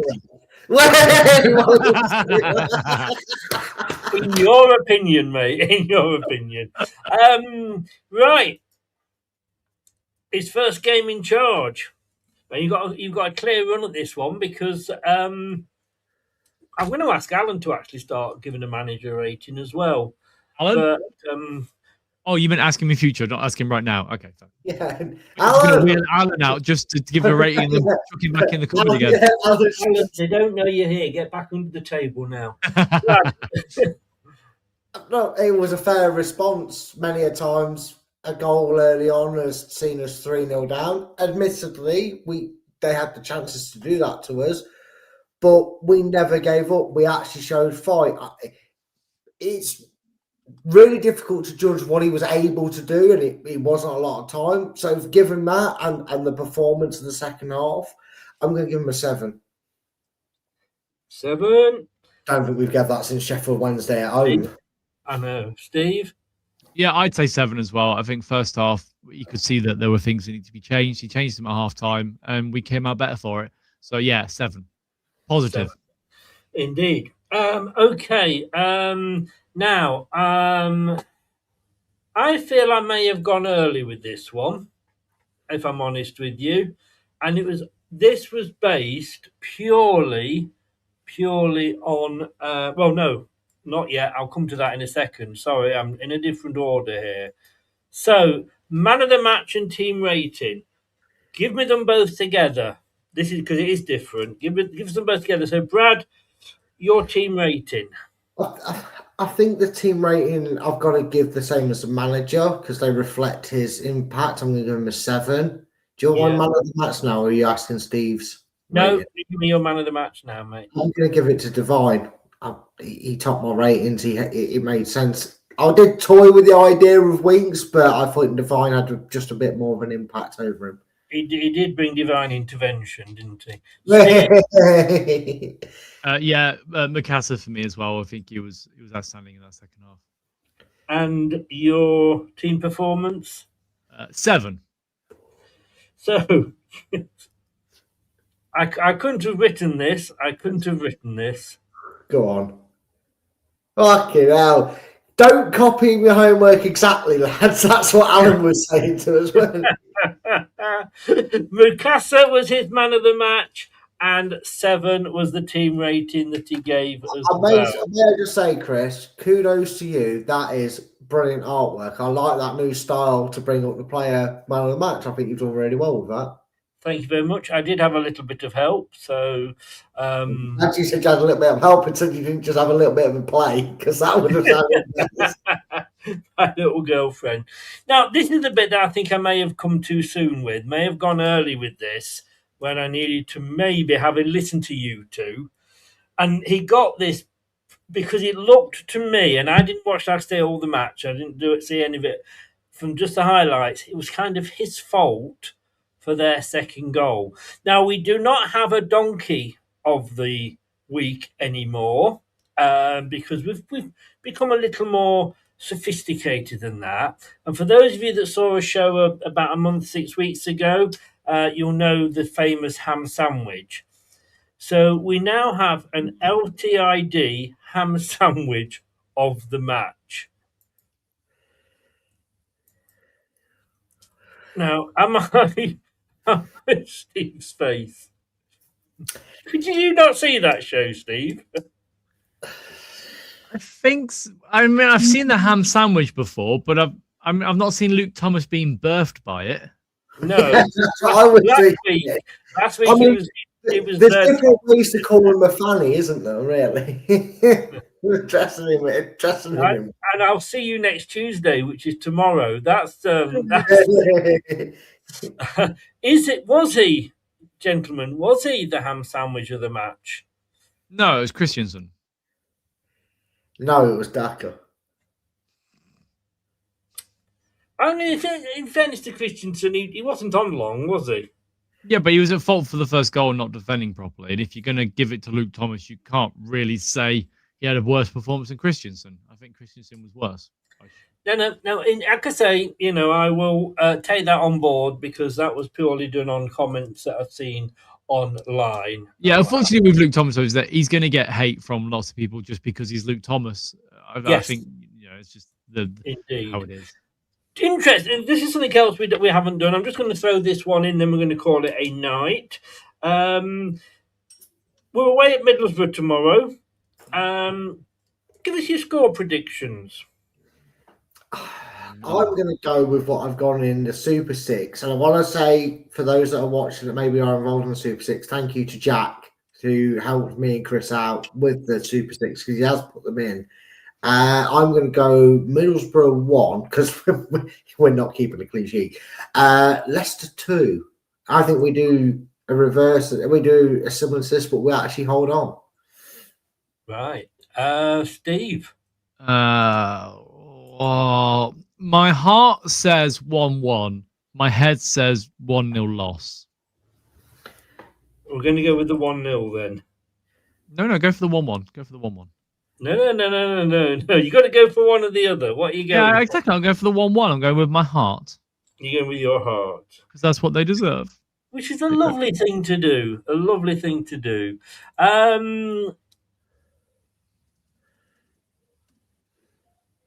Have you spoken to Tilton Talk, Brad? Never got. Oh no, that was an old one. Sorry, that was an old one. I think you sent me something. I don't remember if I can't. It's been that long because I can't remember if I did the show. I did send him a thing, and I think he got in touch with me. I did something No. That was an old thing I was looking at. Brad, may I ask a big favour of you? Could you do pick the Super Six every week? Yeah, if you want me to. If you want me Yeah. to take over on that. Can do, because I literally today I finished doing this and I've got stuff to do for the radio, and I finished this about 8:30 tonight. What I'll do is either Wednesday when all the games are done or Thursday morning I will get round to posting them up, because I know I won't include a Friday night game if there is one. It's up to you, mate. It's up to you. Okay. And we're all going for the Brad look now. Yeah, it's just the way of saying, and now can I just go? Can I go? Please, teacher, can I leave? Steve, Brad, thank you very much, guys. I won't ask you to come in on Wednesday because I know it's not a good night for either of you, but it's a good night from me. I really do appreciate it. Thanks to everybody that was in the chat and everybody who was joining in with the old scores as well. Prashant's gone 3-2 to Borough. Ronald's gone 2-0 to Leicester. Thanks, everybody. Please do what we always ask you to do. Like, subscribe, click the notification bell. And if you're on your mobile, don't forget to hype it. And if you've been listening via your favourite podcast platform, whatever that happens to be, thanking you very much. Thanks, guys. And I'll see you all tomorrow for the watch along. Take care, guys. Thank you. See you later. Thanks for watching. These videos are tremendous. You'd better like them too, or I'll be back. This podcast is proud to be part of the TalkSport Fan Network. TalkSport. Powered by fans. That will conclude this evening's entertainment.